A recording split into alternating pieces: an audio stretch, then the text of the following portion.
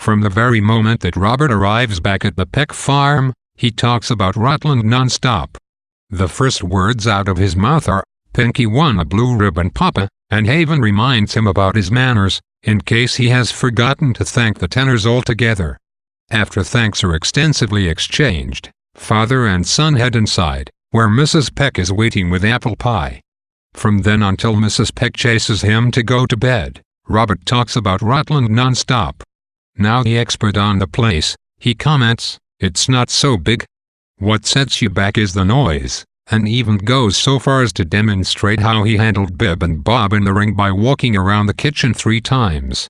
In the night, Robert hears the hens in the henhouse outside start cackling and sees a light go on in his parents' room, but he is too exhausted by the day's excitement to wake up and find out what had happened. In the morning, while milking Daisy, Haven walks into the house with a dead chicken and explains that a weasel has been in the cool last night. He then takes Robert to the tack room and shows Robert the scoundrel imprisoned in a burlap sack. Robert remembers that Ira Long, Mrs. Bascom's hired man, has a young terrier, and they decide to call on him to see if he wants to have his dog weaseled.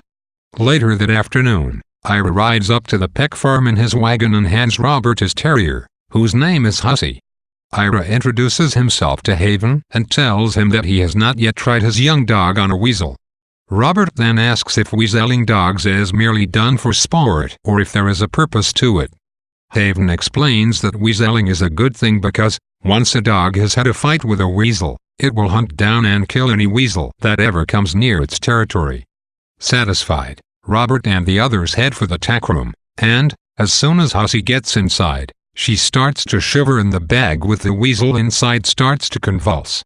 "I've got an idea she'll make a good weasel dog," Ira tells them, and Robert volunteers to go and get a barrel from the basement.